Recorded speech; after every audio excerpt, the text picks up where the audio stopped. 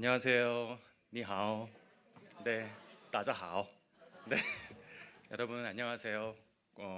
저는 고 선교사입니다. 2011년 총회 파송으로 서북노회와 은광교회의 기도로 파송을 받고 어느덧 6년이 벌써 흘렀습니다. 저는 6개월이 지난 것 같은데 돌아보니까 2011년 파송이니까 12, 13, 14, 15, 16, 17, 네, 6년이 지났더라고요. 2011년 파송 이후에 현지에서 보고 듣고 또 느끼고 경험한 것들이 몇 가지 있는데요. 이런 것들을 보고할 수 있는 시간을 주셔서 또 교회와 담임 목사님과 장로님들 그리고 은광의 가족분들께 감사를 드립니다. 불광동 올 때마다 또 오늘 아침도 11시 반 예배 들어오는데 또 많은 우리 어머님들이 또 우리 친구 황민순 집사도 그렇고 네, 정말 오랜만이다. 뭐 먹고 싶냐? 네.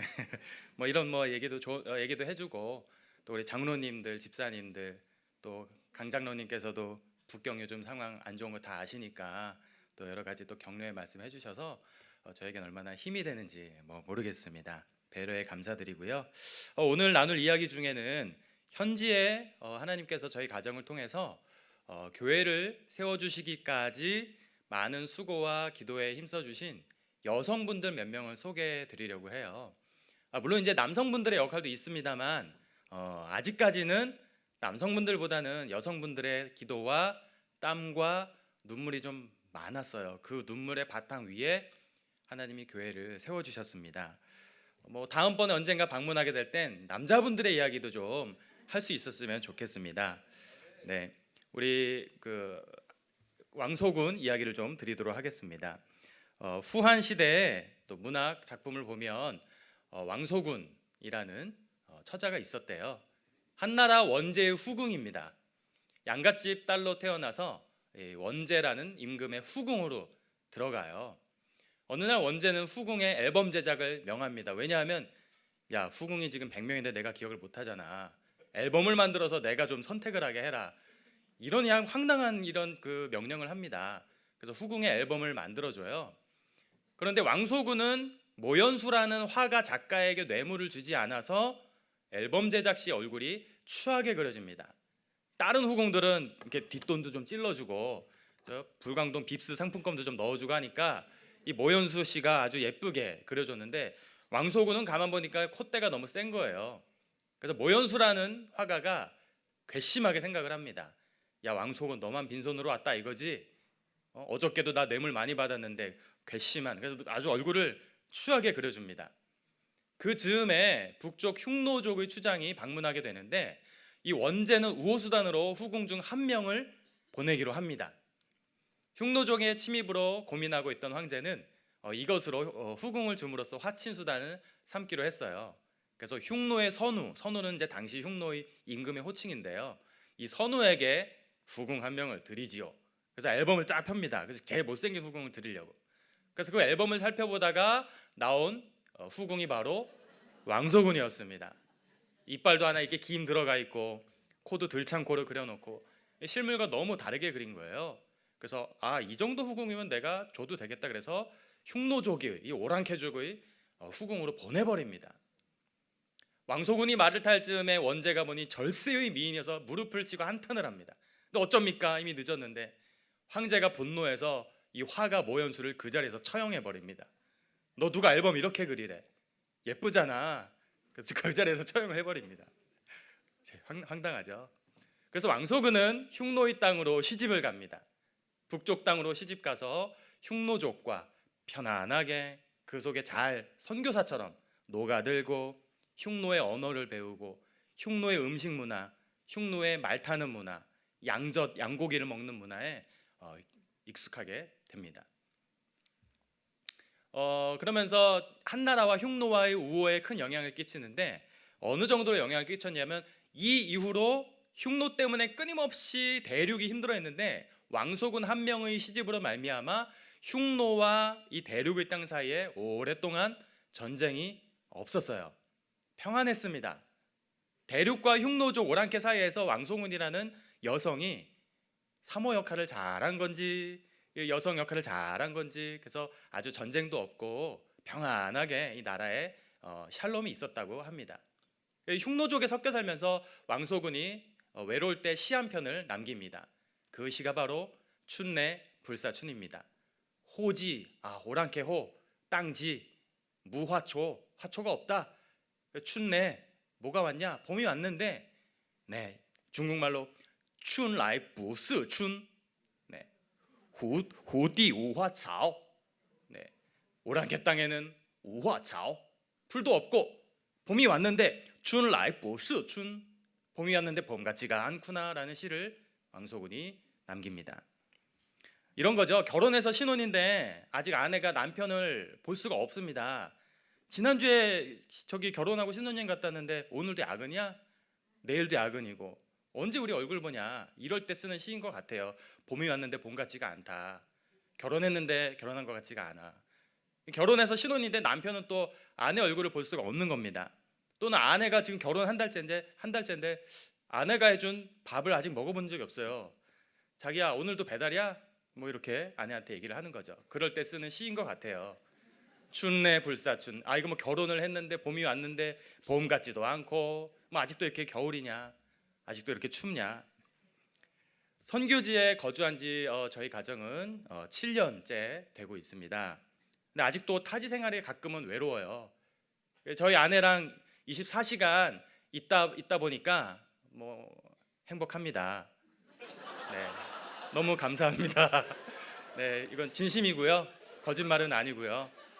저희 아내가 이제 혹시 뭐 방송으로 볼지 모르는데, 그래서 선교직의 특색이 그렇잖아요. 부부가 하루 종일 같이 있을 수밖에 없습니다.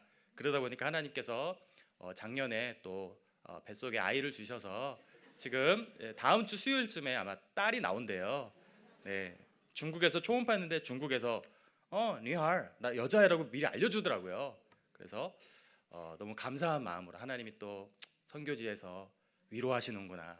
네, 부부가 24시간 같이 있으니까 딸도 생기는구나. 네, 큰 위로를 받고 있습니다. 오늘 저는 세 가지를 말씀드리고 내려가겠습니다.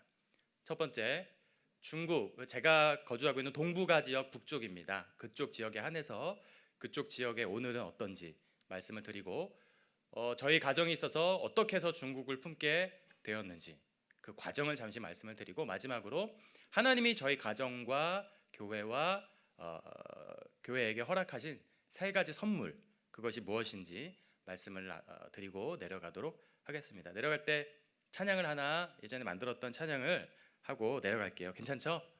네.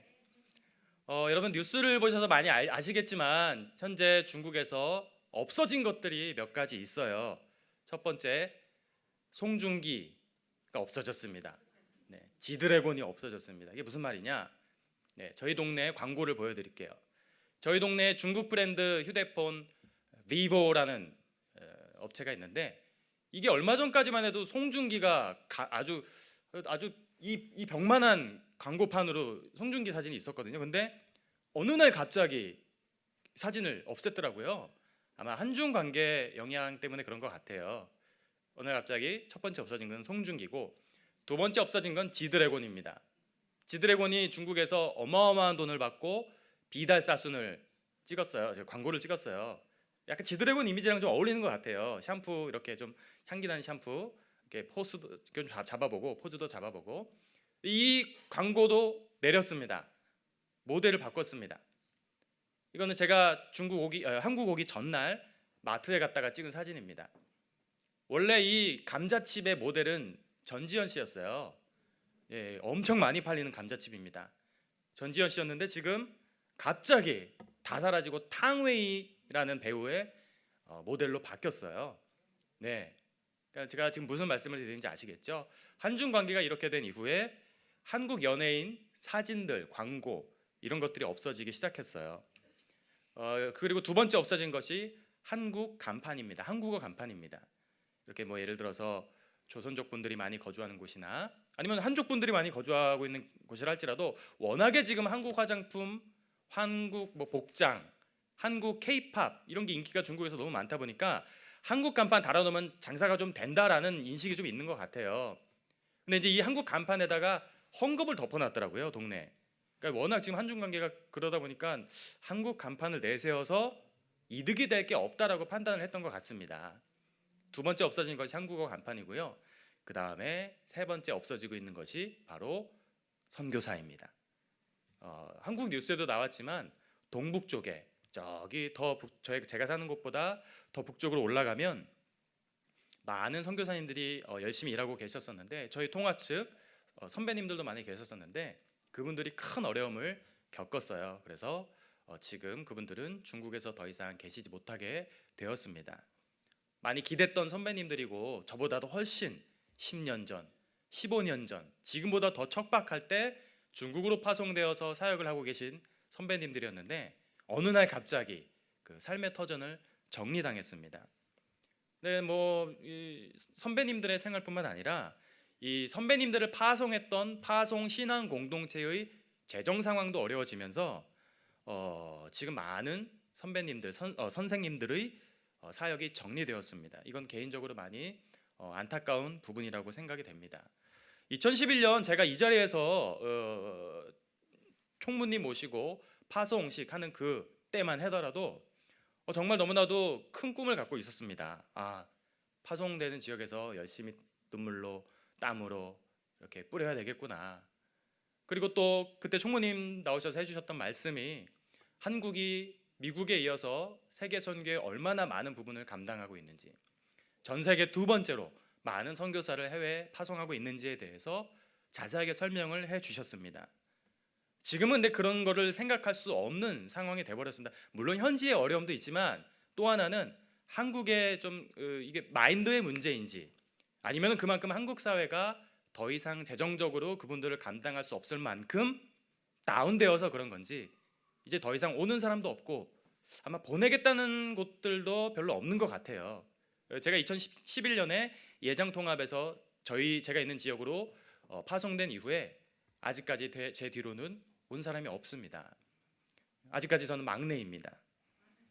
있었던 그대로 말씀을 드리면 한국에서는 때로는 건축 때문에 건축이 중요하다 보니까 해외 사업을 좀 정리하자라고 결론을 내린 공동체도 있고 또 이 한국 교회의 재정 상태가 많이 어렵다 보니까 우리가 그럼 뭐부터 살림을 어디부터 줄일까 고민을 하다가 가장 이런 말씀 드리긴 뭐하지만 만만한 곳이 해외인 것 같아요. 그러다 보니까 아무래도 해외 선교 쪽에는 신경을 많이 안 쓰게 되는 것 같습니다. 더 이상 선교지, 특별히 제가 일하고 있는 동북아는 교회 사역에 있어서 매력적이지 않습니다. 선교에 대한 관심이 아직 많은 것 같긴 해요. 이렇게 다른 교회도 방문을 해보면 친구가 일하고 있는 그런 교회들 방문을 해보면 여전히 우리가 쉽게 볼 수 있듯이 세계 지도 붙여놓고 지도별마다 파송된 가정 명단들 또는 수치 이런 것들이 많이 눈에 띄게 보입니다. 그런데 이런 지도나 슬로건이나 캠페인 그렇지만 현지에서는 더 이상 한국이 선교를 한다라고 얘기를 할 수 없습니다. 현지에 나와 있는 사람은 그렇게 피부적으로 느끼고 있습니다. 이러다가 혹시 중국이 더 선교를 감당하게 돼서 오히려 중국 교회에 내가 질투를 느끼지 않을까라는 우려를 할 정도로 많이 그런 상황이 벌어지고 있습니다.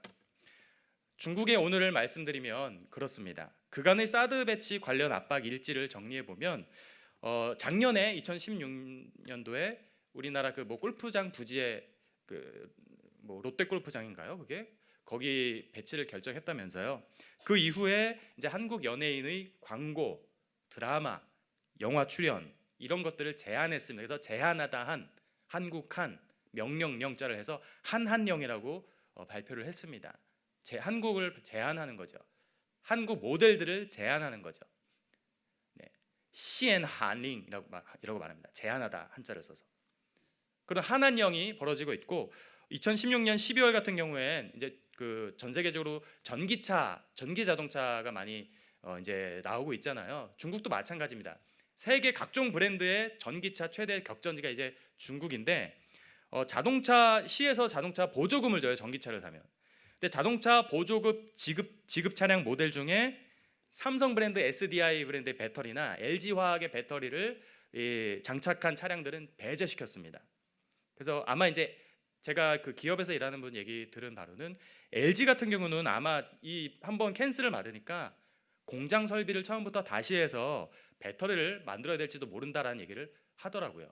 이미 우리는 LG 화학 배터리를 써서 전기차를 만들었는데 중국에서 이건 안 된다, 노 해버리는 겁니다. 그러니까 일하는 분들, 우리 교민 입장에서 보면 너무나도 서운한 처사인 거죠. 그리고 올해 2017년 1월, 2월 사이 중국에서 한국으로 가는 항공사 전세기 운항을 중단했습니다. 유커라 그러죠, 중국인 여행객들. 유커를 제한해서, 물론 이제 제가 여기 그저께 들어올 때도 단체 관광객은 안 보였고 싼커라 그럽니다. 개별 관광객들, 뭐 대학생 2명, 카메라 들고 또는 지도 들고 오는 싼커 같은 경우는, 개인 여행자 같은 경우는 있지만 당분간은 단체 여행객들 보기는 힘들 것 같아요.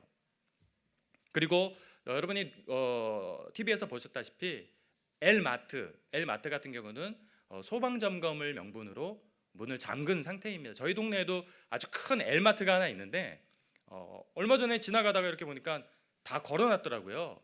이렇게 지나가면서 물어봤더니 여기 지금 소방 점검 불합격 딱지를 붙여가지고 공안들이 더 이상 영업을 못하게, 언제 영업을 개시할지 모르겠다라고 얘기를 하더라고요.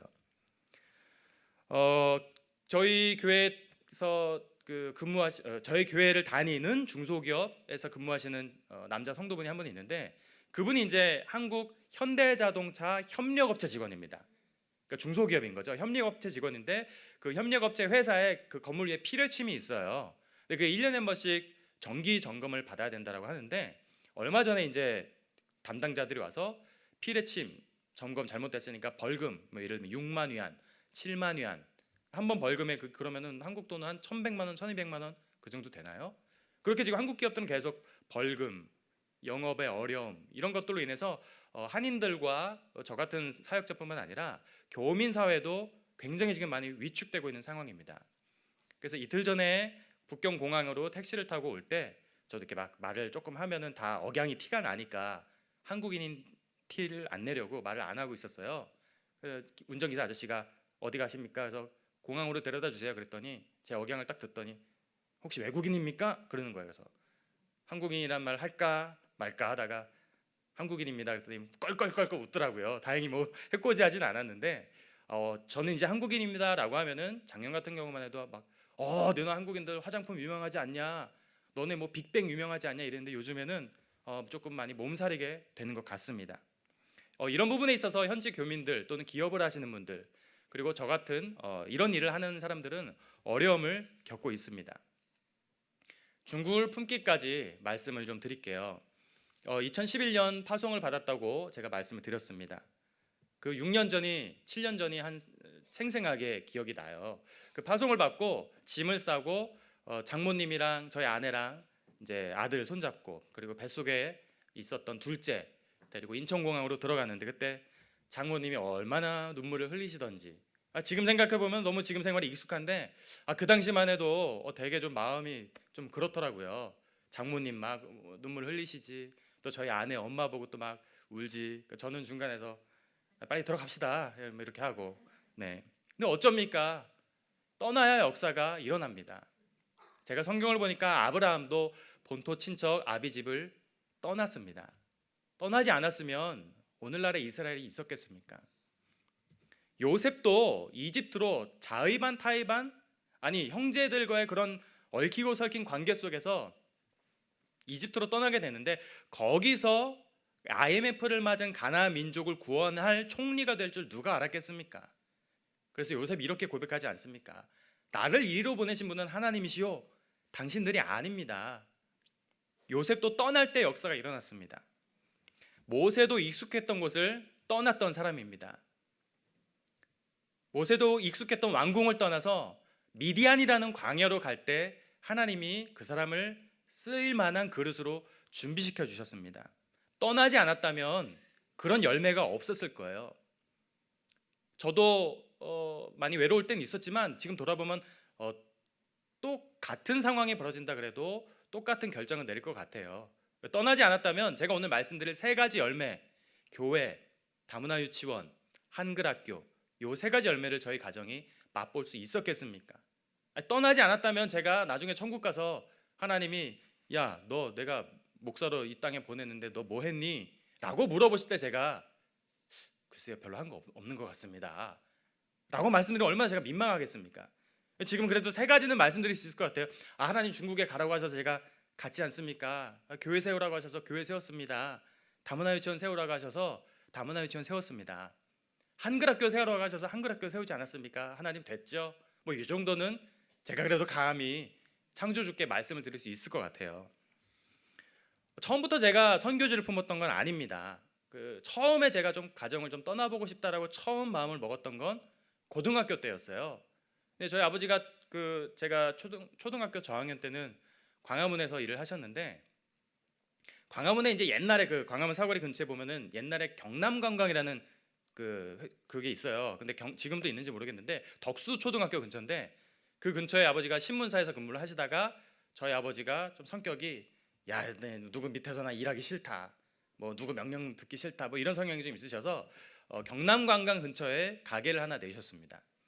근데 제가 중학교 들어갈 때까지 너무나도 잘 됐어요. 그래서 아버지께서 광화문 시작으로 또 여의도의 2번째, 그리고 청진동의 3호점, 명동의 4호점 이렇게 하다가 저희가 고등학교 갈 무렵쯤에 아버지께서 여기 미성 아파트에 집을 한 채 사셨어요. 그래서 미성 아파트로 가족이 이사를 왔습니다. 근데 그때만큼 저희 가정이 경제적으로 풍성할 때는 없었던 것 같은데, 제가 그 고등학교 당시를 돌아보니까 그때만큼 저희 가정이 영적 상태가 바닥이었던 때가 없는 것 같았습니다. 저희 아버지는 이제 철저히 무신론자였고, 저희 어머니는 독실한 기독교 집안에서 자라서 외할머니 밑에서 강제로라도 주일은 무슨 일이 있어도 지키는 그런 분위기 속에서 신앙생활을 했는데, 이제 뭐 우리 남자들 다 그런 거 해보잖아요. 연애할 때 잘해주고, 자기야 결혼하면 교회 열심히 다닐게, 정말이야? 그럼 안내부터 시작하는 거다, 뭐 이렇게 해가지고 이제 이렇게 저희 아버지가 약속을 했던 것 같아요. 교회 알겠어, 결혼하면 결혼해주면 다닐게, 뭐 이런 식으로 해서 이제 결혼을 한 것 같은데, 이제 결혼을 하고 나서 저희 어머니 이제 일기장을 보니까 제가 미성 아파트로 이사 오기까지 그 시점까지도 아버지는 뭐 하나님에 대해서 전혀 관심을 두지 않으셨습니다. 그래서 미성 아파트 와서 뭐 아버지가 뭐 차도 바꾸시고, 뭐 집도 뭐 우리 집이 생겼다, 뭐 그릇도 이제 뭐 괜찮은 거 좀 부드러운 거 예쁜 거 많이 사다 주셨습니다. 그렇지만은 그때만큼 저희가 빈곤했던 적은 없는 것 같아요. 근데 고등학교 때 그때 제가 여름에 학교를 갔다 와서 교복 입은 채로 냉장고에서 더워서 물을 마시려고 냉장고를 열다가 제가 키가 좀 크니까 이 냉장고 위에 뭐가 이렇게 보이는 거예요. 그래서 이게 뭐지 하고 이렇게 꺼내봤더니 그 당시에 이제 먼지가 수북히 덮인 굉장히 올드한 일기장이 하는 건 있더라고요. 그 일기장을 이렇게 봤더니 저희 어머니가 1976년, 7년, 8년, 9년, 80년, 81년, 저희 어머니가 이제 쓰는 걸 좋아하시는데 일기장이 있었어요. 뭐 이제 결혼 첫날 너무 기쁘고 행복하다. 근데 다음 장부터 좀 내용이 이상한 거예요. 일기를 제가 몰래 읽어보면서 약간 충격을 좀 받았습니다. 믿지 않는 시어머니와 사이에서 있었던 신앙적인 어려움들. 제가 기억이 나는 게 유치원 때 6살 때 어머니가 저희 할머니에게, 친할머니에게 야 정호야, 오늘 우리 교회 갈 건데 할머니한테는 수영장 간다 그러고 얘기하자. 그리고 이제 거짓말을 하고 엄마랑 손잡고 교회를 갔다 왔어요. 그 당시 저희가 정릉에 살았는데 유치원 때 교회를 몰래 주일날 다녀오는 길에 시어머니를 마주쳤는데 딱 째려보시면서 애미 너 어디 갔다 오니? 딱 그러시는 거예요. 그래서 할머니 수영장 갔다 왔어. 애미 너 어디서 거짓말하냐, 막 호통을 치시는 겁니다. 그래서 그때부터 얼마나 할머니가 저희 어머니한테 호통을 치시던지 그때부터 이제 저희 어머니가 주일조차도 별로 교회를 못 다니셨어요. 그러다가 제가 중학교 가고 고등학교 가고 저희 아버지가 이제 집을 살 무렵 때쯤에는 아예 아버지에 대한 기도의 끈조차 그냥 어머니가 놓아버리셨던 것 같습니다. 굉장히 좀 경제적으로는 그냥 큰 어려움은 없었지만 그때만큼 좀 저희 가정의 상태가 안 좋았던 적은 없는 것 같아요. 저희 아버지가 하나님 없는 저희 아버지가 유일하게 의지할 수 있었던 것이 돈과 주택이었던 것 같습니다. 그런 시간을 보내면서 엄마 일기장을 보고 엄마와 아버지가 단 한 번도 기도 제목이나 신앙적인 얘기를 나누는 것을 본 적이 없는 저로서는 집에 가도 늘 무미건조하고 뭐 비전이 안 보이고 아버지의 비전은 물론 더 큰 집, 더 큰 차였죠. 근데 그게 이제 고등학교 다니던 제 당시 눈으로는 이 저러다가 아버지가 구원을 놓치는 게 아닌가라는 걱정이 들 정도로 늘 저쪽에 아버지는 시선을 두고 계셨어요. 그러다가 그 당시에 처음에 이 집을 좀 떠나고 싶다. 처음 그런 생각을 가지다가 두 번째로 하나님 떠나고 싶습니다라고 기도를 한 기억은 제가 신학대학원에 입학을 하고 나서 신학대학원 교문을 딱 들어가면 이쪽에 기도탑이 하나 있거든요. 그래서 어느 날 그 기도탑 안에 방 안에 들어갔습니다. 기도탑 안에 들어가서 기도를 하다가 하나님이 선교지에 대한 마음을 좀 부어주셔서 그러면은 그 당시에 제가 아마 신대원 2학년 때였던 걸로 기억을 하는데 하나님 제 동기들 중에 얘는 미국을 가고 싶다 그러고 또 얘는 한국에서 열심히 목회를 하고 싶다 그러니까 그러면은 저는 그러면 선교지를 가겠습니다라고 이렇게 그냥 장난식으로 기도를 했던 것 같아요. 근데 그게 실제로 말이 씨가 될 줄 몰랐던 거죠.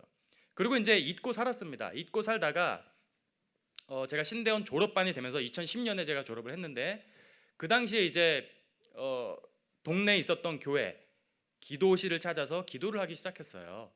은광교회 기도실은 못 오고 왜냐면 눈물 콧물 쏟으면서 기도를 하는데 은광교회 기도실에서 기도하면은 아는 분들이 보고 야, 쟤 술 한잔 하고 와서 중얼거리니 혹시 이렇게 오해를 하실까봐 제가 집 주변에 있는 모르는 교회 기도실을 찾아서 밤에 새벽에 문 열려 있는 기도실을 두드려서 기도를 하고 엎드렸습니다. 하나님, 저희 가정이 이것만 보고 달려왔는데 저희 아버지에게 이래서 구원이 있겠습니까? 하나님, 제가 다른 건 몰라도 저희 아버지 구원해 주시고 저희 어머니가 시집 와서 외롭게 신앙생활 하다가 다 끈을 놓쳐버린 이 상황에서 하나님, 제가 어떻게 하면은 이제 신학생이 됐는데 어떻게 하면은 제가 가정에서 제사장 역할을 좀 감당할까요? 라고 기도를 하다가 그때 하나님께서 중국에 대한 마음을 좀 부어주셨어요. 아이러니하게도 저는 가정의 신앙이 완전히 바닥을 치는 그 상황에서 제가 엄마 아빠 곁에 있어야만 된다라고 생각을 했는데 그러려면은 뭐 서울 근교 어디나 불광동 인근에서 사역을 해야 되지 않나? 라고 생각을 하고 있었는데 그 당시에 기도실에서 받은 저의 응답은 네가 떠나야 가정이 산다. 네가 선교지로 떠나야 아이러니하지만 네가 떠나야 가정의 구원이 임한다라는 응답을 주셨습니다. 그 당시에 조금 약간 망설였어요. 내가 떠나면 이 장남이 이제 없어지는데 과연 가정을 나름대로 장남의 책임감을 갖고 있는데 과연 가정을 누가 이게 붙들어 줄까? 누가 기도해 줄까? 뭐 이런 걱정이 있었던 건 사실입니다. 그래서 되물었어요. 하나님, 뭐 저에게 선교지에 대한 부르심이 맞습니까? 제가 잘못 들은 거 아닙니까? 되묻고 또 되묻고 되물었습니다. 돌아보니까 하나님께서 제가 가고자 했던 그쪽 길을 막으시고 하나하나 목자가 양을 우리로 몰고 가듯이 몰고 가셔서 결국에 중국 땅에서 교회를 세우게 도와주셨습니다. 돌아보니까 얼마나 감사하고 은혜가 넘치는지, 그 당시에 내가 계획하고 내가 바라봤던 그 길을 막아주신 거에 대해서 지금 너무 감사하더라고요. 막아주시지 않았으면 제가 이쪽에서 이런 열매를 맛보지 못했으니까요. 그래서 저는 고백합니다. 막아주시는 게 은혜다. 막히는 게 얼마나 하나님 감사하고 큰 인도하심인지 저는 이제는 지금 그런 고백을 합니다. 2013년에 드디어 중국 간지 3년이 지나서 카톡이 한 통 날라왔습니다. 2013년 12월에 하나님께서 기도 중에 중국 땅 연교를 보여주셨습니다. 북경이 이렇게 있으면 북경 외곽에 이게 경기도입니다. 경기도에 배드타운이 있어요. 신도시. 그게 바로 연교인데 연교를 보여주시면서 연교에 주님의 교회를 세워라라고 말씀하셨는데 저는 이거 처음에 못 들은 척했습니다. 왜냐하면 말도 안 됩니다. 가보지도 않은 땅이고 거기 누가 있는지도 모르고 한국이 있는지 없는지도 모르고 어떤 도시인지도 모르면 전 못 갑니다. 나 못 들은 척했습니다. 내가 잘못 들은 걸 거야. 무시했습니다. 근데 주님이 또 계속 저희 부부가 가정 예배 드릴 때마다 말씀하셨어요. 교회를 세워라. 너희 가정에 교회를 세우는 소명을 줄 테니까 교회를 세워라라는 계속 응답을 주시는 겁니다. 사람이 주인 되는 교회 말고 네 주 하나님이 주인 되는 교회를 세워라. 그래서 제가 자꾸 반문했습니다. 말도 안 됩니다. 저는 지금 가진 게 없고 자신도 없고 내 사전에 신대원 다닐 때부터 내가 딴 건 다 하겠는데 나는 개척은 안 한다라고 저는 여러 번 동기들한테 얘기했거든요. 근데 개척은 안 한다라는 건 없더라고요. 난 이것만은 안 돼라고 했는데 하나님은 그걸 해라라고 저한테 말씀하시더라고요. 신대원 다닐 때부터 하나님 뭐 시키는 거 다 하겠습니다. 딱 하나 빼고 개척. 근데 개척을 하라는 겁니다. 그래서 저희 아내, 저희 아들 둘 앉혀놓고 4명이서 가정예배로 시작한 게 오늘 교회의 전신이 되었습니다.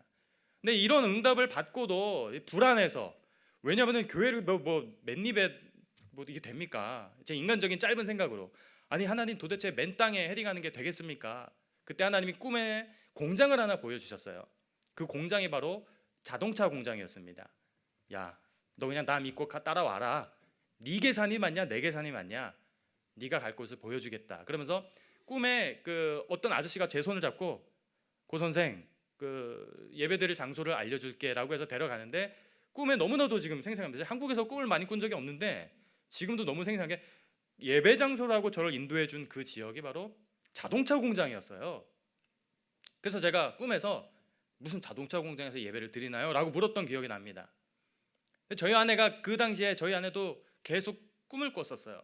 한국에서 꿈도 잘 안 꿨는데 꿈을 꾸고, 또 제가 자동차 공장을 이렇게 꿈에서 봤으면서도 제가 다시 기도했어요. 하나님, 나 아직도 확신을 못 하겠으니까 하나님, 나 맨 땅에 헤딩 도저히 못 하겠습니다.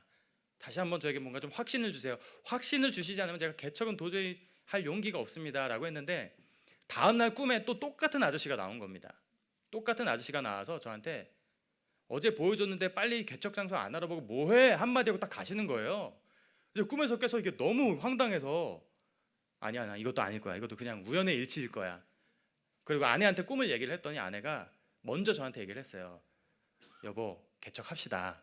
저희 아내가 먼저 개척합시다라고 도장을 찍더라고요.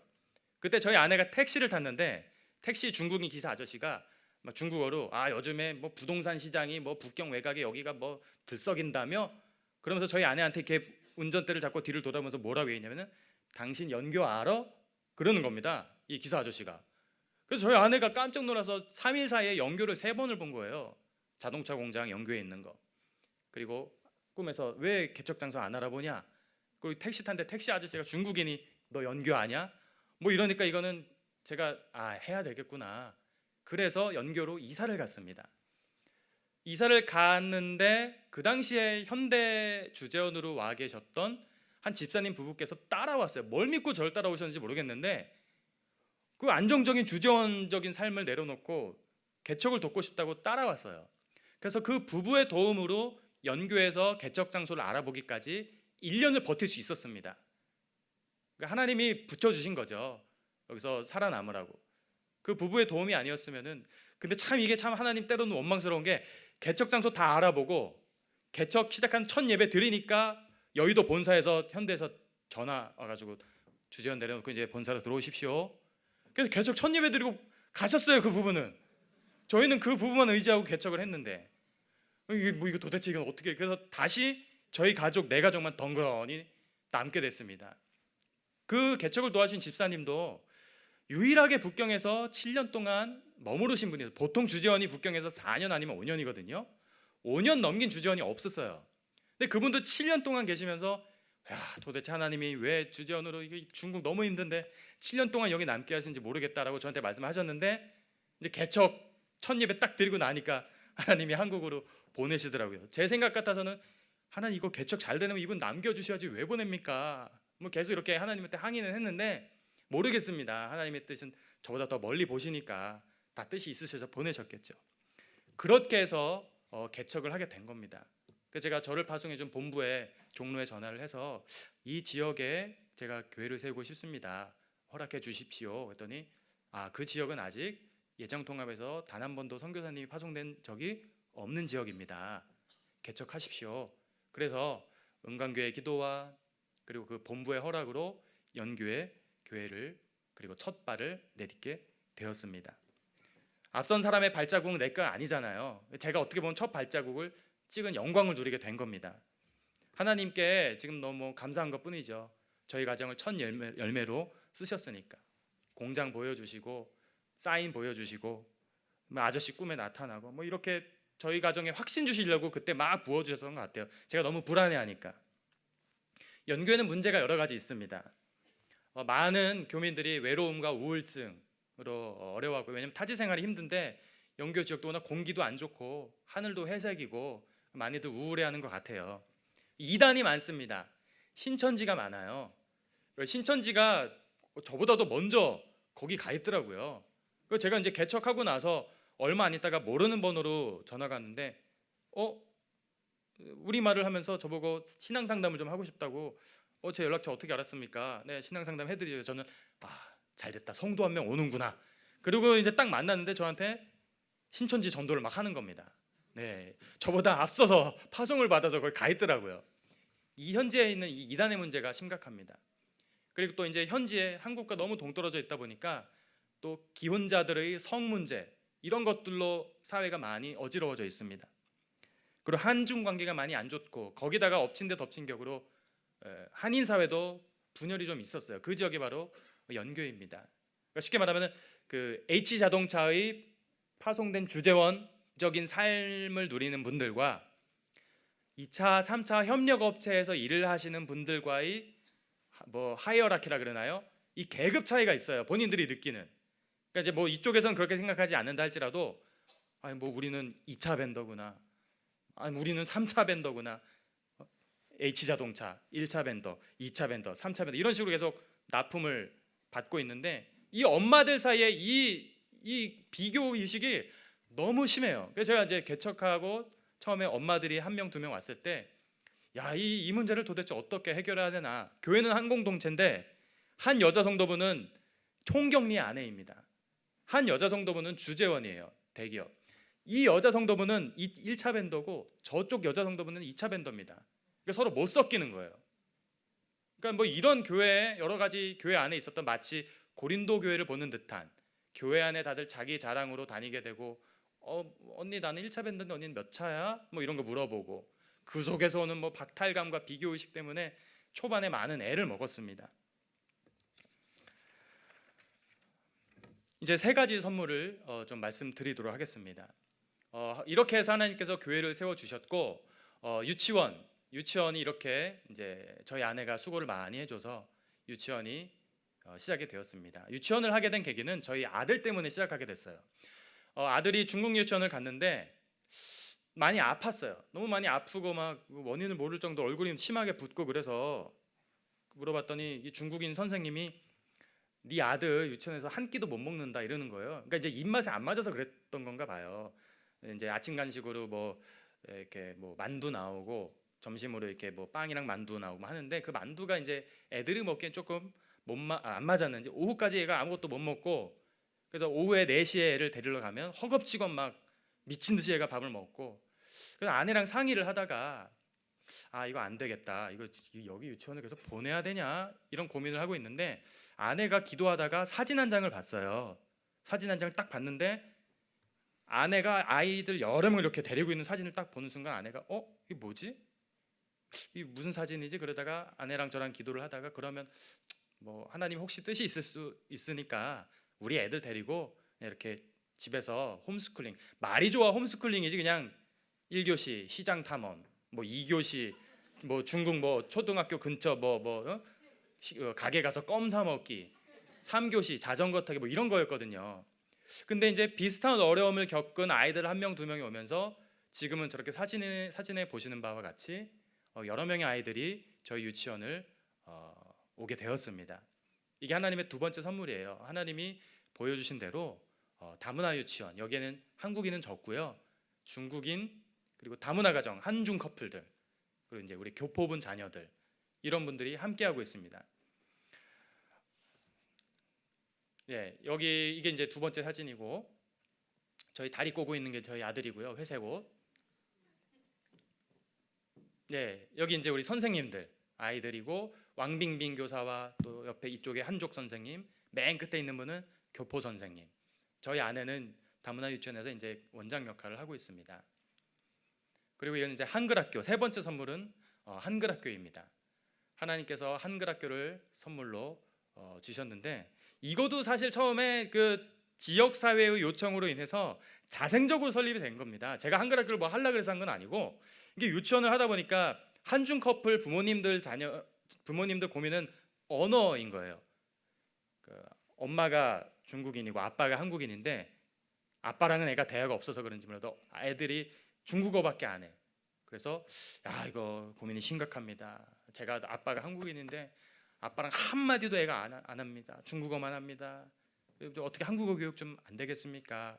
라는 이제 부탁도 있었고, 또 이제 이 한국어를 배우고자 하는 어린이들이 좀 많았기 때문에 한국어 교육을 한 명 두 명 하기 시작했는데 이번에 이제 봄학기 때 35명 정도 지금 한글학교. 근데 저는 이제 이게 데리고 그냥 한글만 가르쳐 주려고 했는데 우연히 이제 영사님, 북경에 계신 영사님을 만났는데 영사님께서 이렇게 수업을 하시는 거 보시고 가셨거든요. 근데 제가 몰랐던 정보를 알려주시는 거예요. 저는 이제 행정 쪽 이쪽은 꽝인데 아니 한글학교 정식으로 외교부에 심사 받으세요.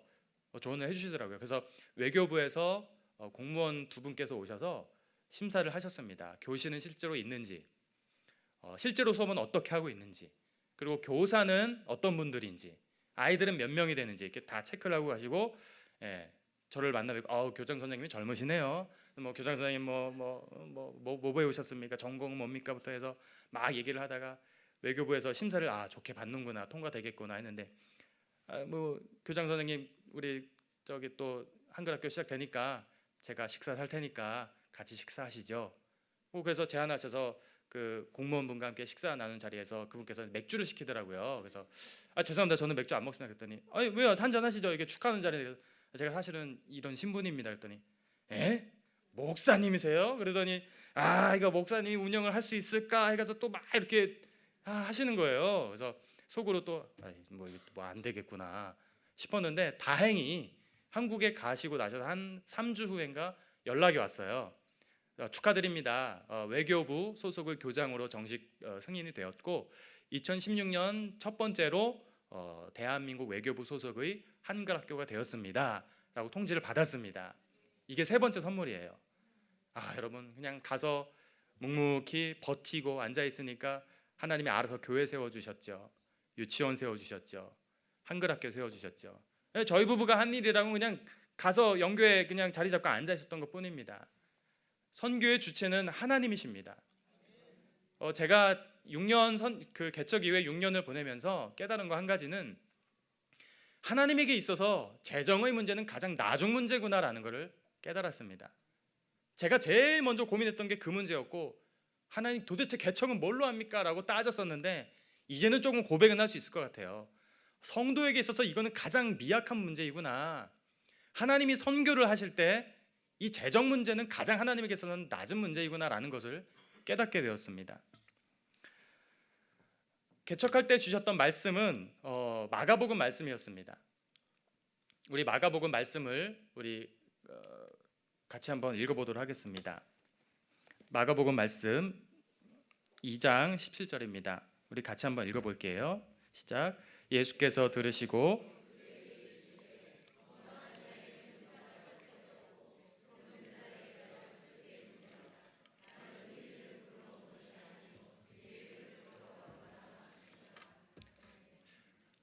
이 세 가지 선물을 저희 부부가 받으면서 가정 예배 가운데 주셨던 말씀은 이 구절입니다. 2장 17절. 가정 예배를 드리는데 하나님 우리 교회 성도들은 하나님 어떤 분이 되겠습니까? 하나님 빨리 보내주세요. 빨리 한 명이라도 보내주세요. 그러니까 한 달이 그렇게 1년처럼 느껴지더라고요. 저희 4명이서 첫 예배 드리는데 제가 5분 만에 예배를 끝냈습니다. 주일 예배. 저희 아내가 저를 부르더라고요. 잠깐 얘기 좀 해요. 왜? 그랬더니 무슨 주일 예배가 5분 만에 끝나? 그래서 아니 당신 앉아 있고 애들 둘 앉아 있는데 그럼 5분이면 됐지 뭐 몇 분을 해? 그랬더니 저한테 주일 예배 똑바로 하세요 이러는 거예요. 알았어. 그래서 그 다음 주에 예배 드리고 9분 만에 끝냈습니다. 4분 늘렸습니다. 그때 저희 아내가 막 웃더라고요. 예배 너무 짧다. 나도 교인이다. 왜 나는 교인으로 안 보냐? 그래서 말 되더라고요. 그래서 그 다음 주에는 뭐 15분, 16분 이렇게 조금씩 늘렸습니다. 예배 시간에. 그렇게 한 달을 지루하게 버텼는데 한 달이 딱 지나니까 한 명이 딱 왔어요. 자동차 공장 직원이었어요. 뭐지? 두 번째 부부가 왔어요. 두 번째 부부 자동차 공장 직원이었습니다. 세 번째는 총각이 전화가 왔어요. 남자 총각이. 혹시 목사님이신가요? 교회를 찾고 있습니다. 또 보내주시는구나. 어디 주소를 알려줬습니다. 딱 와서 보니까 자동차 공장 현지 채용 직원이었습니다. 아, 하나님이 몇 달 전에 보여주신 그 사진이 생각이 나는 거예요. 자동차 공장에서 예배드 이게 그런 의미였구나. 이 지역의 자동차 공장 중심으로 이루어진 사회가 형성되어 있는데 한인들도 그렇고 중국인들도 그렇고 이런 분들 대상으로 교회를 세우라고 하나님이 말씀하시는구나. 그래서 이렇게 한 명, 두 명 자동차 공장 직원들 현지 채용, 뭐 파견 근무원분들, 뭐 단기 파견으로 석 달 와 계시는 집사님들도 어떻게 막 찾아서 전화 주셔서 지금 같이 예배를 드리고 있습니다. 근데 다들 이렇게 처음 오면은 상담을 하잖아요. 안녕하세요, 저는 담임 목사입니다. 그러면 전도사님 아니세요? 저한테 막 이렇게 물어봐요. 제가 아니요, 제가 개척을 했습니다. 이렇게 말씀을 드리고 상담을 해보면 다들 사연이 기구하더라고요. 다들 그냥 아팠던 자, 병들었던 자, 우울증에 걸렸던 자, 자살 시도했던 청년, 가정폭력 못 견뎌서 중국으로 건너온 아주머니, 남편과 깨어지고 나서 온 여자 집사님, 하나님 끝까지 안 믿다가 서원기도 한번 잘못했다가 하나님 진짜 살아계시면 날 치셔도 좋습니다 라고 기도했다가 실제로 얼굴이 이렇게 부어서 기도 잘 해야 되더라고요. 그분은 뭐 그런 계기로 어떻게 보면 우스운 계기지만 그런 계기로 저희 지역에 와서 신앙생활을 시작한 분들이 있습니다. 이런 분들 한 사람 한 사람들 불러주셔서 하나님이 지금 교회를 세워주셨습니다. 모두가 기구한 사연들, 가정의 아픔들, 우울증과 자살 시도와 여러 깨어진 관계 속에서 중국을 어떤 분은 도피성으로 어떤 분은 돌파구를 찾으려고 건너왔지만 하나님이 그 가운데 역사를 시작하시고 그 가운데 교회를 세워주시고 그 가운데 신앙 공동체와 성찬 공동체를 세워주시고 계십니다. 마지막으로 6년 동안 개척을 경험하면서 바람직한 선교에 대해서 몇 가지를 고민하게 됩니다. 이걸 말씀드리고 내려가겠습니다. 하나님 나라를 모델로 하는 선교에 대해서 고민하게 됩니다. 절대 선교지는 선교사의 왕국이 아니며 파송 본부의 소유도 아닙니다. 그분의 것입니다. 제가 세운 교회가 아니요 성령 하나님께서 세우신 교회입니다. 두 번째, 우리는 선교에 대해서 성육신적 선교를 한번 생각해 봐야 됩니다. 예수님께서 인간의 몸을 입고 이 땅에 오신 것처럼 현지에 파송된 선교사라면 함께 현지인들과 지내며 함께 기뻐하고 함께 슬퍼하고 함께 눈물을 흘려주고 함께 구원과 치유 공동체를 만들어 가야 된다는 것을 배우게 됩니다. 여러분, 새로운 땅에 세워진 이 교회 공동체는 그 지역사회를 위해서 섬겨야 될 것이 있습니다. 그것이 교육이든 의료든 저와 같이 자동차 공장을 섬기든 이러한 일들을 통해서 이방 문화 속에서 개인 또는 공동체의 행동 양식이 뭔지를 사회에 보여줘야 됩니다. 선교지에 세워진 교회가 진지하게 고민해야 될 그 지점이 있는데요. 그게 이제 제가 고민했던 거 이 계급입니다. 교회 내에서의 하이어라키. 누구는 뭐 주재원이다, 누구는 현지 채용이다, 누구는 단기 파견이다. 이런 것들로 인해서 교회 분쟁과 어떤 교회 분열과 계급이 나뉘어져서는 안 됩니다. 현지에서 저는 이런 걸 얘기를 했습니다. 불광동, 은평구, 한국 사회는 다를까요? 저는 큰 차이가 없다라고 생각합니다. 주님이 세워주신 교회고 주님이 머리 되시는 교회라면은 그 성도의 출신 성분과 달란트가 어떠하든지 주님을 함께 머리 삼고 하나 되어 나아가야 되는 것이 아닌가라는 생각을 하게 됩니다. 여러분, 우리 각자가 서 있는 곳이 선교지임을 기억해 주세요. 그것이 불광동이든 대조동이든 독바위이든 내중의내 연신내이든 엄청난 선교지 아닙니까? 저기 헤매는 많은 영혼들. 이 정신줄 놓고 있으면은 그 방황하는 이런 세력에 그냥 우리는 함몰되기 쉽습니다. 어디로 가고 있는가 내가 지금. 우리의 가정과 이 지역사회가 여러분의 1차적인 선교지임을 기억해 주십시오. 그리고 여러분 조금 생각이 나시고 또 기도해 주실 시간이 난다면 아니 시간이 안 난다 할지라도 꼭 저뿐만 아니라 많은 선교사님들을 위해서 중보해 주시는 것 잊지 말아 주십시오. 선교는 단지 교회 일의 확장이 아닙니다. 그것은 그보다 더 값지고 귀한 하나님의 어떤 혁명적인 건 사역이라고 저는 생각을 합니다. 선교는 성령께서 자유롭게 세상을 때로는 책망하시며 때로는 죄인들을 불러서 의인들을 불러서 공동체를 만들어 가시며 그런 주체가 하나님이 되시며 또 교회를 미처 깨닫지 못한 완전한 하나님의 진리 가운데로 사람들을 이끌어가는 과정이 저는 선교라고 생각을 합니다. 여러분의 관심사가 무엇입니까? 여러분의 가정의 최고 우선순위 기도 제목 1번은 무엇인가요? 그리고 그 기도 제목이 하나님 나라 앞에 우리가 갔을 때 얼마나 칭찬받을 기도 제목일까요? 여러분, 한 번만 더 당부를 드립니다. 선교지를 기억하시고 또 선교지에 파송된 우리 교회뿐만 아니라 각 교회에서 파송된 우리 선교사님들을 기억하셔서 꼭 선교지를 위해서 기도해 주시고 또 선교지를 마음에 품어주시고 그리고 여러분들이 보내는 선교사로서의 역할을 감당해 주시기를 부탁드립니다. 기도하겠습니다. 하나님 감사합니다. 부족한 가정을 보내시고 또 파송하게 하셔서 현지에서 신앙 공동체를 세울 수 있었습니다.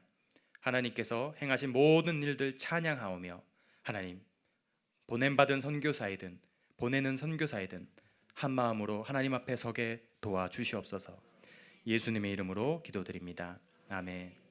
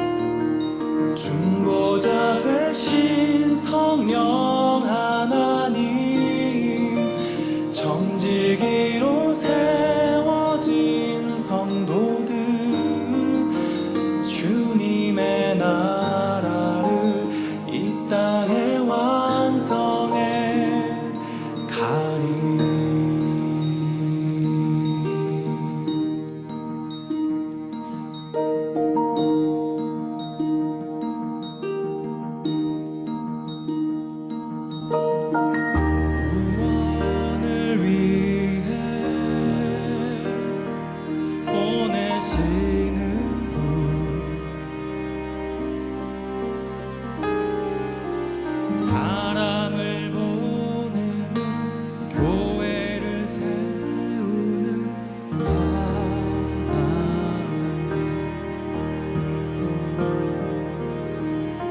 세상 가운데 파송된 누리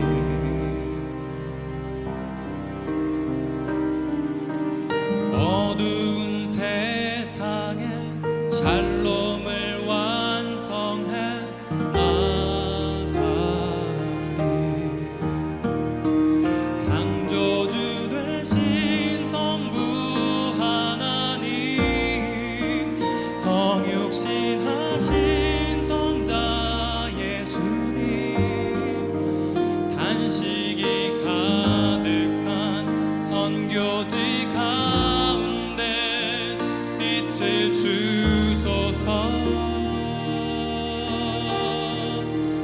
중보자 되신 성령 하나님 청지기로 세워진 성도들 주님의 나라를 이 땅에 완성해 가리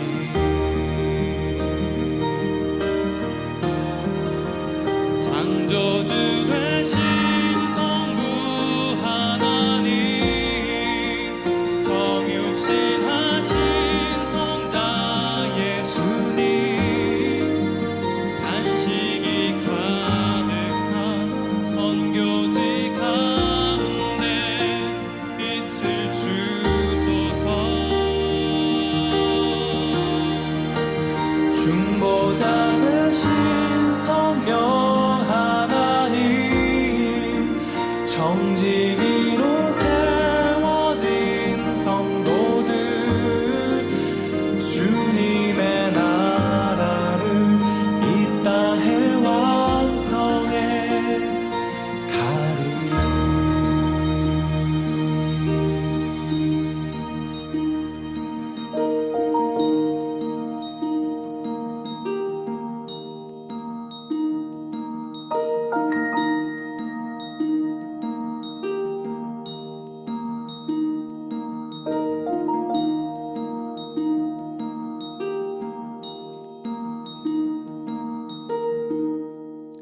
네, 우리 다음엔 더 기쁜 소식으로 찾아뵙도록 하겠습니다.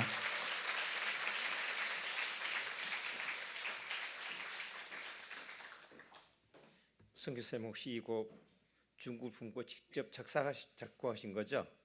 예. 저희 은광교 출신입니다.